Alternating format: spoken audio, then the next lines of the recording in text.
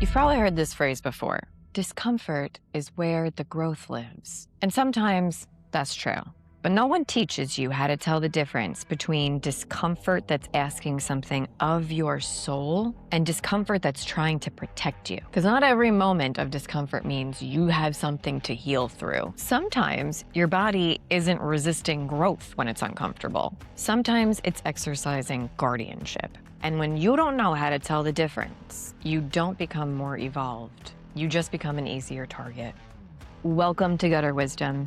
This is a podcast about power, desire, and discernment, explored through sexuality as a diagnostic lens for your everyday life. I'm Priestess Francesca, a former mechanical engineer who designed HVAC systems for New York City skyscrapers, and a professional dominatrix who spent years working with power and desire when collapse is a very real option. Until now, we've been talking about internal capacity, how to feel your yes and your no, how to voice it, how to practice discernment before the stakes are high.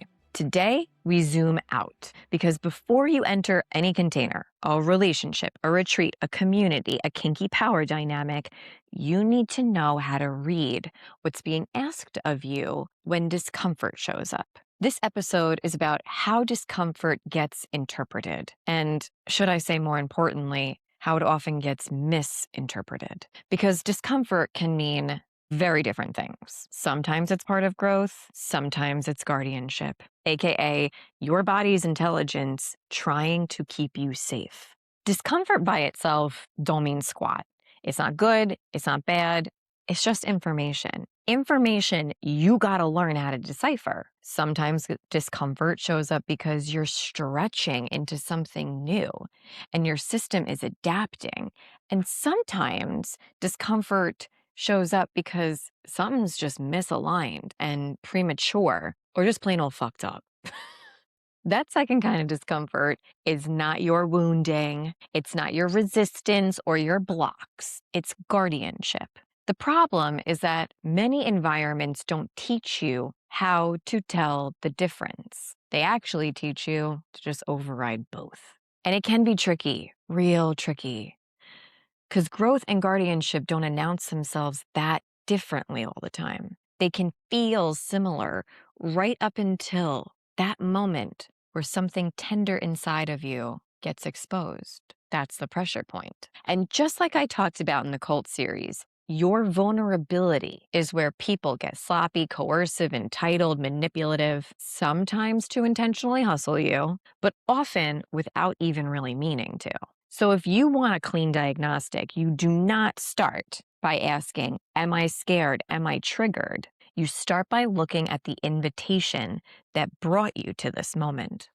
Allora, the first question I want you to ask anytime you're invited into discomfort is this: has this vulnerability been earned? Vulnerability is not inherently virtuous. It's relational and not a state you need to be in with everybody either. There's a huge difference between choosing to be tender in a space that's been prepared for you and being extracted for vulnerability in the so-called name of growth. Here's an example. I once attended a retreat where in the opening circle, 50 people, most of who didn't know each other, were asked to stand in the center of the circle and share something about yourself you don't want anyone to know. A deep, dark secret. A deep, dark secret? Fuck out of here. Let's slow that down. If you were on a date with someone and they said, tell me your deepest, darkest secret, your body would probably say, I don't fucking know you. And that's not fear, that's discernment. But in healing spaces, sexuality spaces, that same signal is often reframed as resistance to growth. This is where the growth is.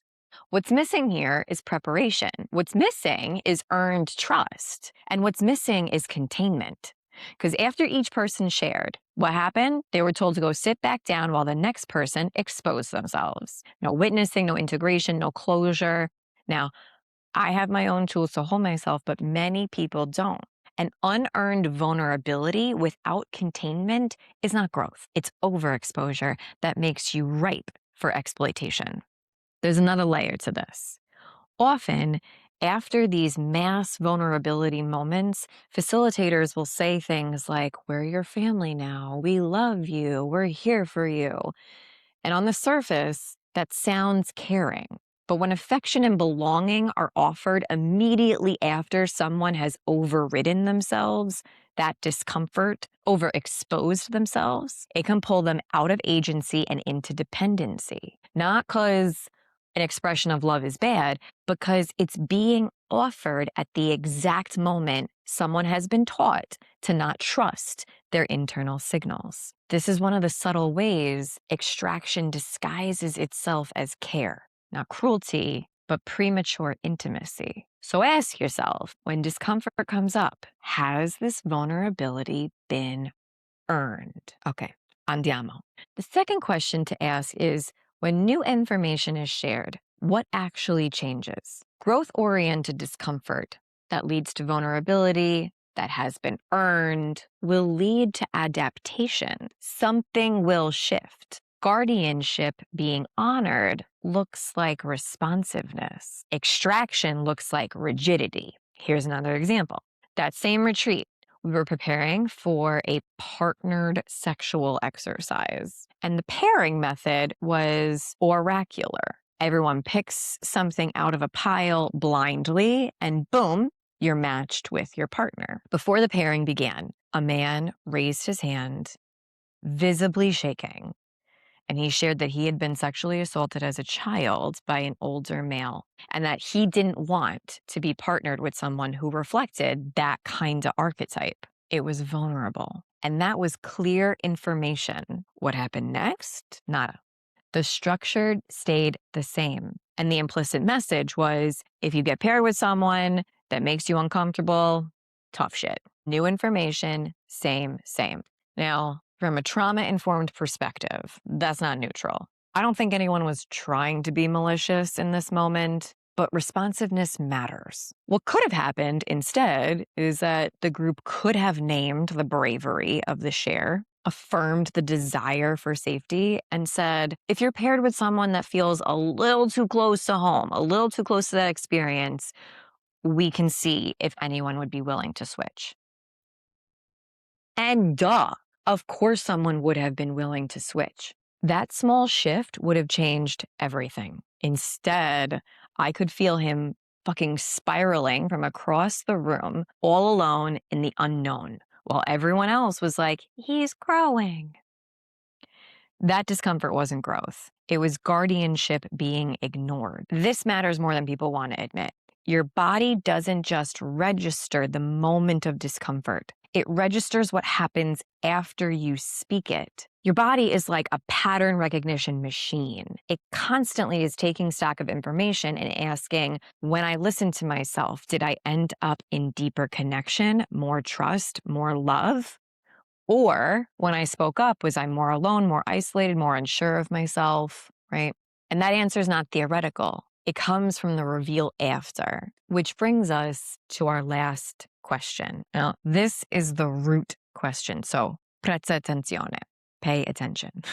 After you move through discomfort, ask yourself, what are the fruits? When discomfort is growth-oriented, guardianship eventually stands down. There's a relief, integration, a sense of, okay, thank God, I can rest now. Healing unburdens, right? As we grow, we let go. When discomfort is guardianship and you override it anyway, the result is not expansion. It's often confusion, heaviness, self-doubt. And confusion is especially important here and is honestly one of my favorite allies to cultivate a relationship with. Confusion often shows up when your body knows something, but your mind is rationalizing you out of it. I don't have proof. I can't explain it. Maybe I'm just triggered. This must be my shit again. Confusion isn't your system's failing. It's a pause signal. If you feel more burdened on the other side of discomfort, that's information. This episode isn't about villainizing leaders, facilitators, or groups trying to build communities. I need to be clear about that.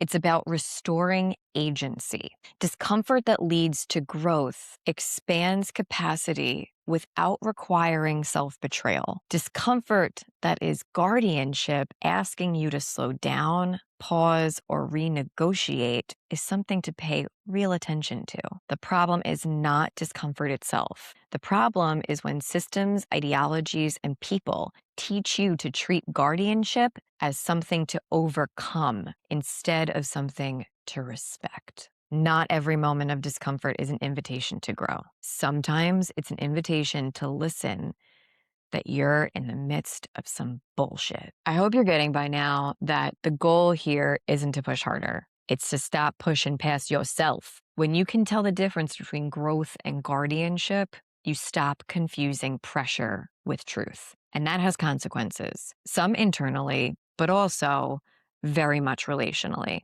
Because not everyone benefits when you listen to yourself. We're going to talk about that next. In the next episode, we're going to look at what happens when that clarity isn't convenient for others, when your capacity disrupts the roles people got used to you playing. Hold on, y'all, because it's about to go down. If you want help identifying where your system holds and where it collapses, you can take the Engineering Hotness quiz at priestessfrancesca.com/quiz. I'm Priestess Francesca. Until next time, keep your mind in the gutter, y'all. You'd be surprised at what you find in the dark.